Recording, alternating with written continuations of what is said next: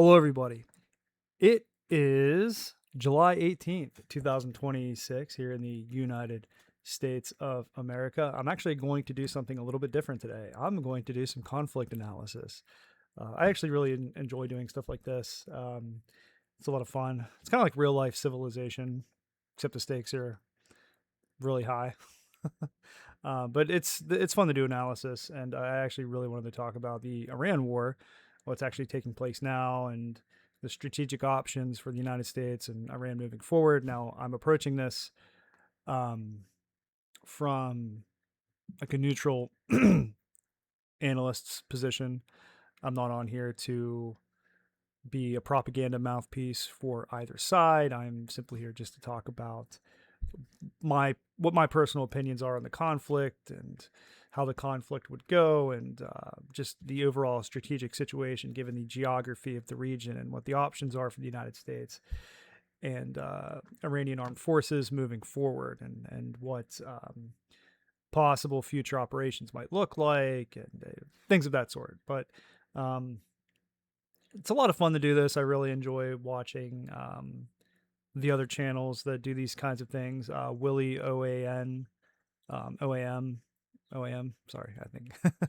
But I'm a really big fan of that channel. I think he does a fantastic job in analysis, and kind of inspired me to, hey, you know what?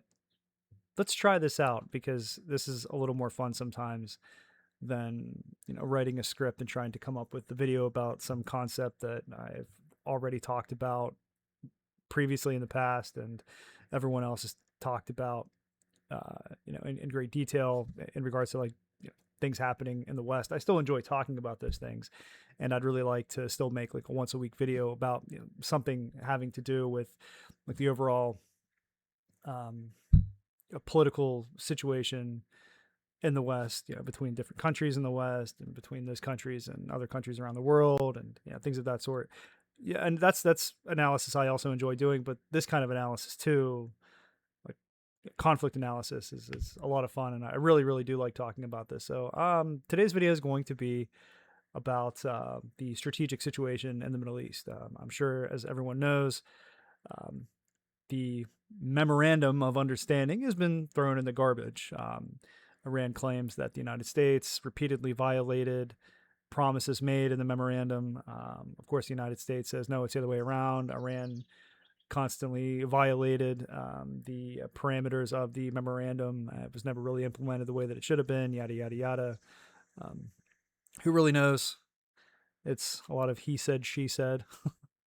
But I mean, my personal opinion on the matter is I think it was probably mutually violated by both sides, because it was something that never really could be realistically implemented anyways, given both parties' fairly hardline positions on the issues at hand. But anyways, let's talk about what's actually happening now and why I think options for the United States moving forward are pretty limited. So bear with me, I'm kind of new to this whole thing. I finally figured out how to use OBS properly after how many years of being on YouTube. I'm not a boomer. I'm under the age of 40, but I'm very stubborn when it comes to tech, and I like to do things in a very simple way. So now I'm actually using OBS as it was meant to be used. But anywho, okay. So let's zoom in here. I'm using Google Earth. I found some decent conflict maps, mostly for what's happening in Ukraine, which I would like to talk about as well, not in this video, and what's happening in the Levant and Iraq. But I haven't really found too many good maps for what's happening here in Iran. Military Summary has an okay map for this, I think. But I don't really feel like downloading the app for the computer right now. It seems that I need that to access what I would want to access through it. I don't know how reputable everybody thinks they are. I use whatever source I can find on um, X that is not outright. I mean, of course, every side has their bias. I like to use AMK mapping, obviously, because he's pro-Ukrainian. He's just very honest. Syriac's pretty decent. Calibrated's okay. Military Summaries, not bad. Um, but anyways, I'm just going to use Google Earth for this. But so as of right now, uh, the United States is launching airstrikes against military infrastructure uh, across Iran, attempting to prevent the Iranians from preventing ships from passing through the Strait of Hormuz. Now, this is one of the most important economic choke points on the planet, and Iran has full control over it. Well, why do they have full control over it? Look at this coastline. This is the coastline, the southern coastline of Iran. As you can see, it runs across the entirety of the Persian Gulf, across the Strait of Hormuz, and into the Gulf of Oman. Now, quite a bit of traffic constantly goes through the strait. We're talking ship after ship after ship filled with oil coming from the oil fields of Iraq, Kuwait, Saudi Arabia. You have Qatar here, United Arab Emirates. And that is, you're talking trillions and trillions of dollars of commerce that flows through this region. Now, Iran is in a very good strategic position because it has direct control over this particular choke point right here. Now, the problem is, relatively speaking, this isn't very wide. This is actually very easy. It's very easy to target this area with drones and missiles. Now, keep in mind, as long as Iran controls this coastline and, well, the rest of their country, they can launch medium-range drone strikes and ballistic missiles from pretty much anywhere in here. And so for the United States to completely neutralize Iranian control over the Strait of Hormuz, I feel like at this point, airstrikes really aren't going to do the job. And why I believe that, well, let's take a look at the situation in Ukraine quickly. Okay, yeah, right here. So Ukraine is currently launching a fairly successful operation at striking using medium range drones to strike Russian logistics here in the land bridge running between Russia, Rostov on Don, through to Crimea, and to Russian positions on the front line. They're also able to strike ships in the Black Sea and the Sea of Azov. They're using medium range drones to carry out many of these strikes. Now, these drones are being launched from this region of Ukraine, obviously, territory not currently occupied by the Russian Federation, also here in Odessa. That seems like quite a bit of distance to cover, but these medium range drones can do it. Now, while I think Ukraine is very competent at drone warfare, and that's actually the one thing that is not saving them, I do believe they're still losing the war in the long run. If you look at the long term trends, if they weren't so skilled at drone warfare currently, then they would be in a lot of trouble. And I think Russia would be taking ground at a much, much, much faster pace than they are now. Not to go on a tangent, but drone warfare has changed how warfare in the 21st century works in its entirety.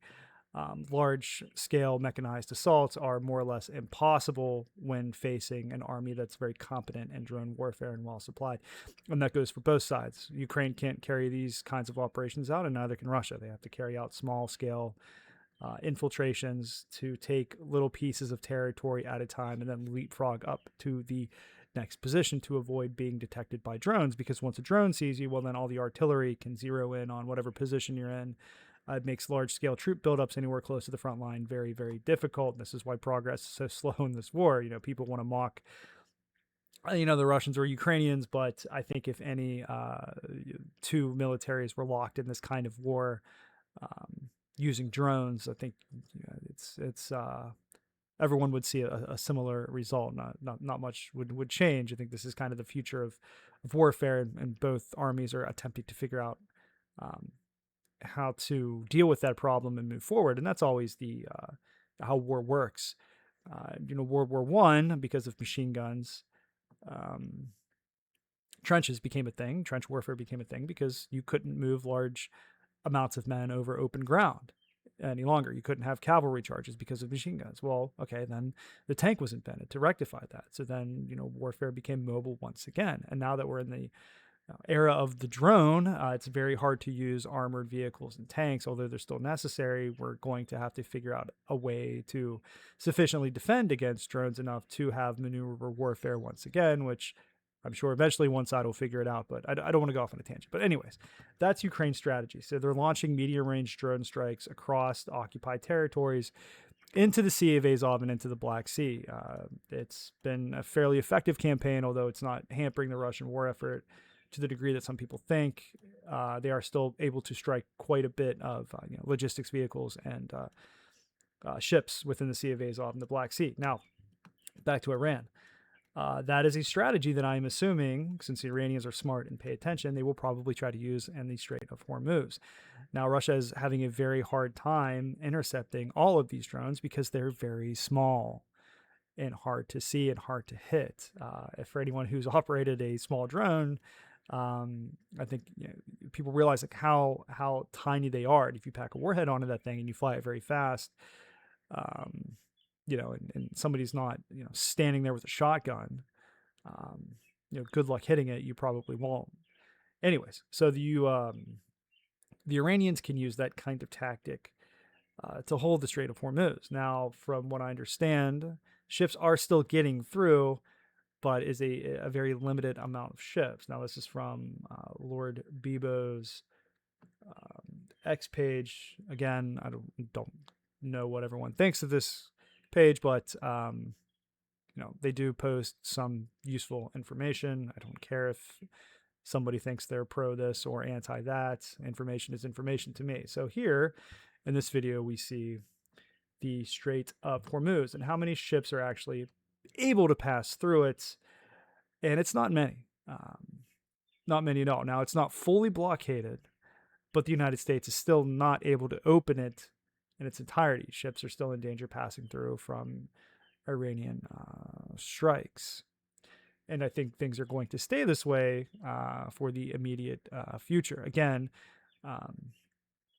for the U.S. to fully open the straits, it would have to completely neutralize Iranian ballistic missiles and drones, which, just ask the Russians or Ukrainians, good luck neutralizing all of the drones necessary to clear an area in its entirety of drones. It's a very difficult thing to pull off. Now, it's also very difficult, too, for the U.S. to physically bring their ships through the strait, again, because of drones and ballistic missiles. They're very hard to intercept and very hard to stop, and that wouldn't be a very good headline for the United States if they were to lose a ship in the straits. Let's go back here to the Google Earth map. Oh, right here. Okay. So, now President Trump has once again talked about taking Karg Island to put sufficient economic pressure on the Iranians to cave to U.S. demands. Now, it seems like they have resolved themselves at this point to fight to the bitter end because they do not trust the U.S. government. Well, that is their position. And I'm sure the U.S. government doesn't trust the Iranians, and the Israelis are constantly hounding U.S. government officials to continue this war, if that's just the truth of it, because ultimately this war benefits Israel strategically more than anybody else. They're the ultimate benefactor of the Iranian government being toppled. Now, the operation to actually topple the Iranian government failed pretty miserably. It seems they're pretty entrenched in the country, and, well, they're not going anywhere. So it seems that the U.S. is currently attempting some kind of military solution. Now, back to Karg Island. President Trump has talked about the U.S. seizing Karg Island. Well, here's the issue with that. Several issues, actually. Where would the staging point be for this? You would need a fairly large amount of U.S. Marines and quite a few ships. I'm assuming, I think the U.S. Fifth Fleet is stationed in Bahrain. If I'm not wrong, maybe they would use that.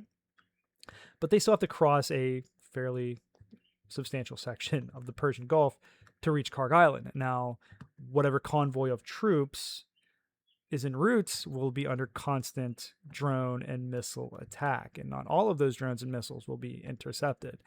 Now, if you look at this Iranian coastline here, and this is one of the reasons why I think this would be a difficult operation. I'm not a general, but this is just my informed opinion. This is rough and difficult terrain, and it's very easy to hide things here. There's caves, there's bunkers, quite a bit of cover, quite a few places to hide mobile launch points. I'm sure the Iranians would be aware of this operation and well prepared for it. So whatever ships move from here to here are going to be under quite a bit of fire. And these drones are very small and very maneuverable and hard to hit and hard to shoot down. Just like I said, ask the Russians or Ukrainians about drone warfare. Now, taking Karg Island would probably incur a fair bit of casualties. And right now, politically in the United States, that's not something that President Trump and the Republican Party could afford, especially after all the pushback they're getting from their own voting base on yet another war in the Middle East. This war was supposed to be a war that minimized U.S. casualties and was clearly something that wasn't going to require some kind of permanent occupation. Now, say if U.S. troops do land on Karg Island, well, then what? The Iranians will continually bombard and hit the island with everything they have while U.S. troops are stationed there. Now, I understand this is the main hub for oil processing and exports that the Iranians have within the Persian Gulf. There's some analysts out there that think that this is the linchpin for the entire Iranian economy. I would caution against thinking something like that. These kinds of scenarios are always a lot more complicated than made out to be. I've heard quite a bit of that. Well, if we just take this one area, that's the linchpin for the entire country, and it will fall. Kick down the door, and the entire rotten edifice will come crashing down. And those, analysts are often wrong. And it would appear that I would assume that the Iranians have prepared for such a contingency and are able to function without Karg Island if need be. These aren't stupid people. I'm sure they've thought of something. I would just assume they have thought of something. I think that's what U.S. intelligence should do too. Assume they have a backup plan, a contingency plan, that this wouldn't work the way that they think it would. But anyways, that's one of the options that President Trump has floated. I do think any Marine expeditionary force would have a very difficult time going from here to here because of the drone and ballistic missile threat. And then once on the island, if it doesn't have the desired effect of crashing the Iranian economy, then they'll be sitting ducks. Also, too, I've heard some people talk about the possibility of a land invasion of Iran. I don't think that's possible because you need a very large staging area to pull that off. Iraq is out of the question. The Iraqi government will not let us use Iraq as a staging area because they would face a total uprising from their own people. Again, like U.S. presence in the region is still fairly unpopular, which is why countries in the Gulf are hesitant to host large amounts of U.S. forces at this point because many Gulf leaders aren't exactly popular with their own populations, and they are trying not to inflame them. A lot of this has to do with their perceived inaction over what's happening in Gaza. So where would the United States launch this hypothetical invasion from, which I don't think is an option. I don't think it's going to happen, but it certainly wouldn't come through Iraq, and that's the largest section of accessible border for the Iranians. Would there be some kind of large amphibious landing through the Gulf of Oman? Would the U.S. risk getting ships this close to Iran within the range of ballistic missiles? Now, they might assume that they can hit enough ballistic missile sites to neutralize, not entirely, but vastly reduce the amount of ballistic missiles the Iranians are able to fire. Maybe they think they could pull off some kind of amphibious operation from here, but amphibious operations are extremely difficult and require a lot of logistics to maintain. Just look at the Pacific War. I don't think people realize the size of these fleets used in the island hopping operations. You're talking hundreds, thousands of ships just logistics that are far more complicated and logistical operations that are far more complicated and complex that, people realize. Okay, so then if it is necessary to physically control the coastline to secure the strait, and that necessitated boots on the ground, where would those boots land at? Okay, where would they be launched from? How would these logistics? How would the U.S. secure its logistics enough to keep military well supplied, um, enough to carry out large scale operations covering a coastline that is, um, I don't know how many miles exactly, but it's a substantial amount of coastline. Would they just try to take this area right here and hold this area? I'm not sure. Would they just attempt to invade the whole country and neutralize it? I mean, look at this terrain. Imagine trying to fight through this while being bombarded with drones and missiles. I mean, I'm sure the Iranians are taking note of what's happening in Ukraine and how drone warfare is developing. They'd be absolutely stupid not to. And at the same time, I'm sure the United States is taking notes as well. But that's why I think this would be a difficult operation. And I think the United States, given these circumstances, is probably going to just continue carrying out airstrikes for an extended period of time to try to bring the Iranians back to the table. Now, keep in mind, this war is also costly to the Iranians as well. It does disrupt shipping. It does make it more difficult for them to export oil. Their economy was already on shaky legs as it was because of the sanctions. And while I don't think their country is on the verge of collapse, it is painful for them as well, and their population. But if the U.S. were to land troops on Iranian soil, well, then I don't think the Iranians would have too many problems at that point with an uprising. I think Iranians would probably unite around their flag and attempt to drive the foreigners off their soil. And I'm not saying that to denigrate the U.S. military or anything, but we would function the same way. Like, think if we had an extremely unpopular president that everybody hated, couldn't stand him, and then China landed on the coast of California, what would happen then? What would we as Americans do at that point? Sign up to fight, I'm sure. We would just let the Chinese invade for their own reasons. No matter how much we despised our own leadership, we would sign up to fight. It's what the Russians did in World War II. Stalin wasn't exactly popular, and he had to use kind of use like nationalist sentiments to get the people to fight for Russia, not necessarily him and the Communist Party. I'm sure the Iranians would probably do the same thing. But yeah, that's the difficulty of this entire operation. I don't think a war has ever actually been won through airstrikes alone. In World War II, Germany was bombed relentlessly and still fought to the bitter end. I just think airstrikes don't do enough. They help an army that's on the ground fighting, but as far as winning an entire war through airstrikes alone, it doesn't seem to be possible. A lot of generals don't think it's possible, and I don't think this war will be completely won through airstrikes alone. It seems like the Iranians have resolved themselves to not come back to the table anytime soon, and I think the United States is in a position now where it really can't afford to retreat from the region and lose face, so it has to, I think, rely on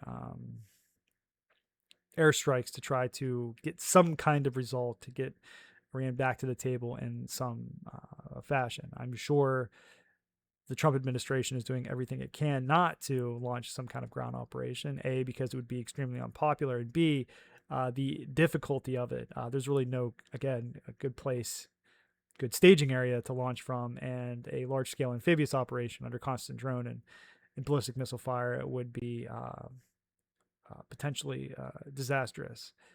Now, if drones weren't part of the equation at all, if drone warfare wasn't a thing, and this was, the 1980s, then yeah, maybe it would be a more feasible operation, given U.S. power at the time. But I think in the 21st century, large-scale operations like this, where you have large concentrations of troops all going into one area, because of the constant surveillance of drones, I think is going to be something that countries find extremely difficult to do. But anyways, it's really all I wanted to talk about today. I don't see the situation changing anytime soon. I don't think the Iranians are coming back to the table, and I think the Trump administration, as I just mentioned, is going to continue with the air campaign for as long as they think necessary until they get some kind of result out of it. But this is why, though, and this is the same issue with the Panama Canal. This is a very important strategic area. It is a choke point that Iran has almost complete control over. This is their bargaining chip. This is their trump card. As long as they're able to control this,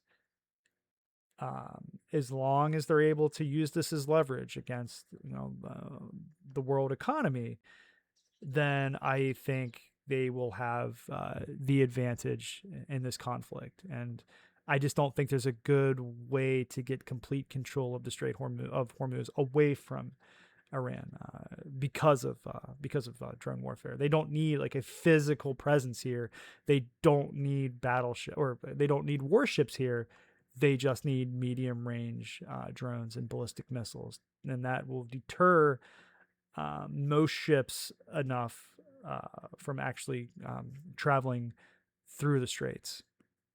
But anyways, it's really all I wanted to talk about in this video. That is the situation as I see it currently in Iran. I hope everyone out there enjoyed this content. I really do like doing analysis. I think it's fun. It's enjoyable for me. I really like talking about it.